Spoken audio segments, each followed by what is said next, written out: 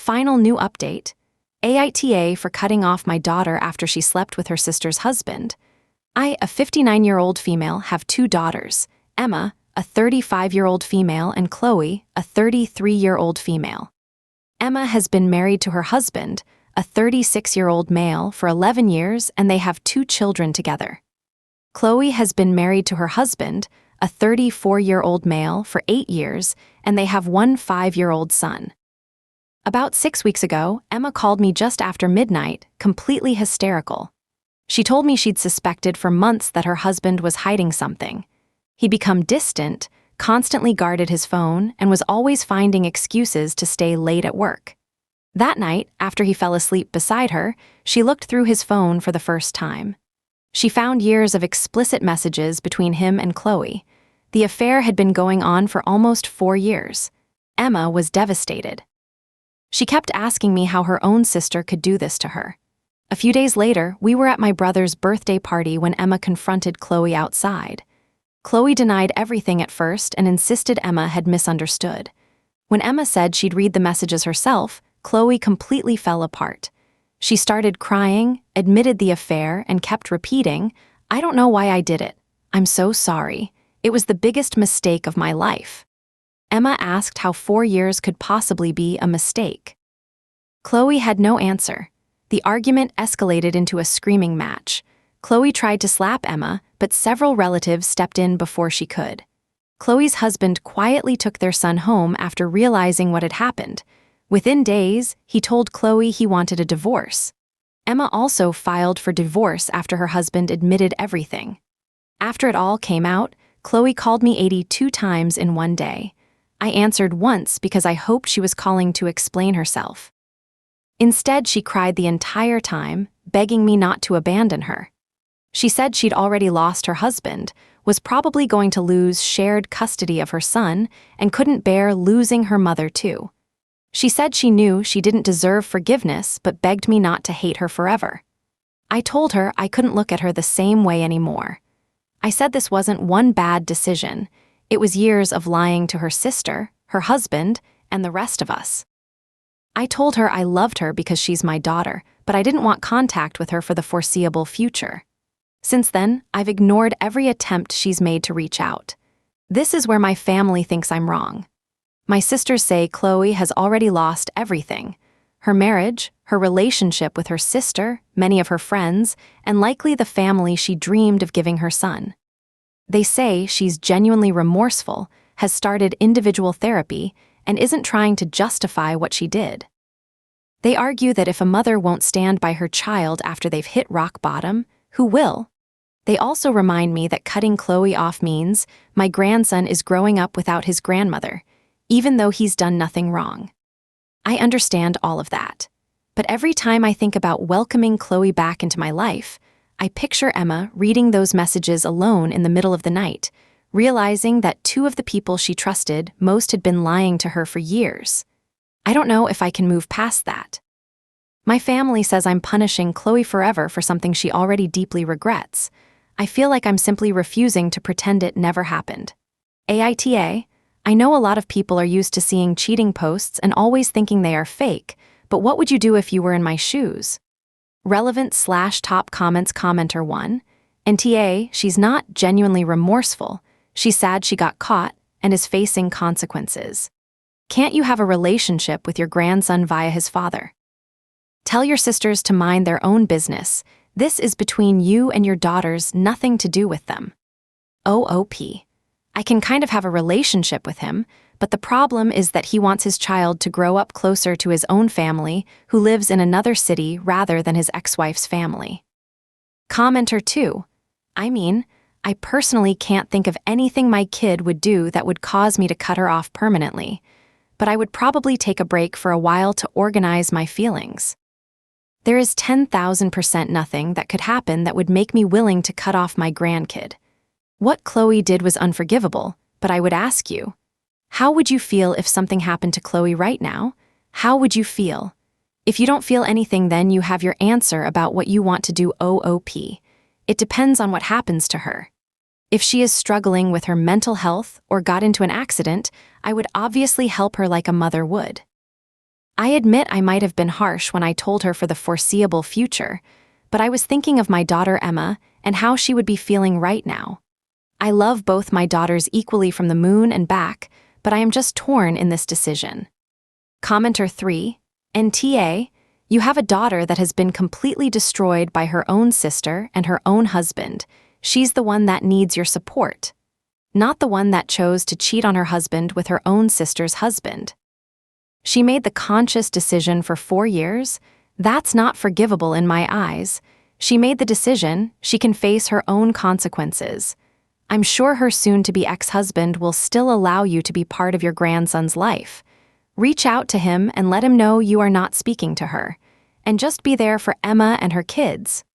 OOP. Thank you so much. I have reached to him but haven't heard anything back, yet OOP responds to a long comment on if it is possible for Chloe to lose full custody of her son because she cheated. OOP. She might not. Her ex-husband wants to move far away from all of this. He wants to move to his own side of the family, which lives in a different city. It would be hard for Chloe to be there for her son unless she moves with him or gets an apartment there, which I don't think she would unless she really wants to see her son. Commenter 4. So she would rather lose her son than move to be near him. There is nothing on this earth that would have prevented me from fighting tooth and nail to keep my kids. How far away is his family? She can absolutely file an emergency stay order to keep the kids locally until custody is settled, and wronged by her or not, most courts will put the children's needs first. Courts tend to prioritize joint custody regardless of what dad or mom thinks, unless one parent is willing to sign rights away. She needs a lawyer ASAP. If she is willing to walk away from her son without a fight, then he is better off without her. And that tells me a little bit more of her character, and it makes me even less sympathetic to her than I already was. OOP. We are in Florida and his family is in Washington. Commenter 5. NTA. Chloe is only regretful because she's been caught. It's not like it was a one-time thing for even a couple months, it was 4 years. That requires active decision-making to not only continue the affair, but to hide it from her husband and her family. I think space right now is definitely needed. Try to find a way to stay in contact with your grandson's father, and I personally believe if you cut out Chloe, that it may make things easier for your ex-son-in-law to trust and allow you to visit, if he gets sole custody. She is an adult and has to live with her choices. I wouldn't be able to speak with my sibling if they did this to me. I think as a parent you love your child no matter what and you still can, but I don't think you're the a-hole to cut contact with Chloe. Whether it is permanent or not is up to you. Chloe made this choice and these are the consequences. She lost everything because her and Emma's husband destroyed each other's lives and marriages. That's the worst thing you can do to a sibling. Commenter 6. NTA. This wasn't a mistake. This was a calculated and prolonged affair with the man her own sister loved and married. That's not to mention the betrayal to the man she, herself married, which is a second level of despicable. Chloe isn't genuinely remorseful. She's genuinely wishing she hadn't obliterated her entire support circle in one fell swoop. She's crying that she has to face consequences. She would have kept it going for who knows how long if this had never come out. That she denied it at first is all you need to know she doesn't feel a shred of remorse. She just doesn't want to lose you along with everyone else in her life. Whether she does is entirely up to you. I personally could never look at my child the same way if they felt so utterly callous about betraying the two people she's supposed to love most in the world. Update 1, July 6, 2026. 3 days later, update. Aita for cutting my daughter out of my life after she had an affair with her sister's husband. I know it's very early for me to post an update, and I wasn't planning on it, but after reading the comments on my first post, I decided I needed one final conversation with Chloe before I completely closed the door. I went to her house yesterday, and I expected her to be emotional after calling me 82 times in one day, but she was surprisingly calm.